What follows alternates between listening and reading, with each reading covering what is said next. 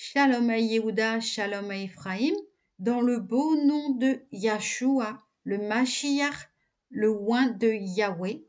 Yahweh notre Elohim, Yahweh l'Elohim d'Israël pour toujours. Amen.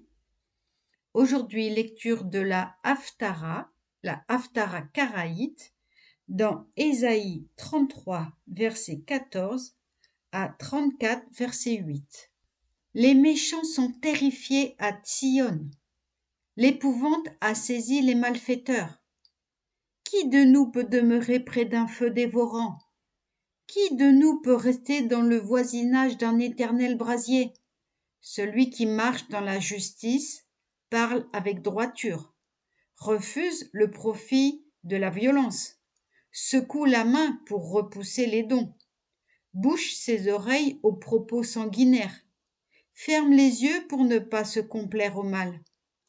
Celui-là habitera dans les hauteurs. Des forts bâtis sur les rochers seront sa protection. Son pain lui est garanti, sa ration d'eau est assurée. Tes yeux contempleront le roi dans sa beauté, verront un pays aux lointains horizons. Ton cœur méditera sur les plaintes passées. Où est le greffier? Où est le collecteur d'impôts? Où est celui qui notait les tours?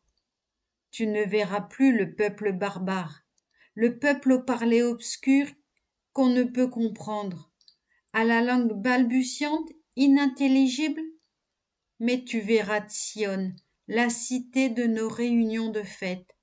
Tes yeux contempleront Yerushalayim, résidence paisible, tentes qui ne seront point déplacées, dont les chevilles ne bougeront jamais et les cordages ne seront rompus.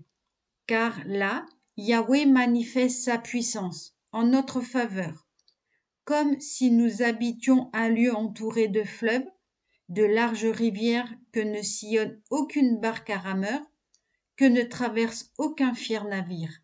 Oui, Yahweh est notre juge. Yahweh est notre législateur. Yahweh est notre roi. À lui nous devons le salut. Tes cordages sont relâchés. Ils ne peuvent consolider le pied de leurs mâts, ni déployer les voiles.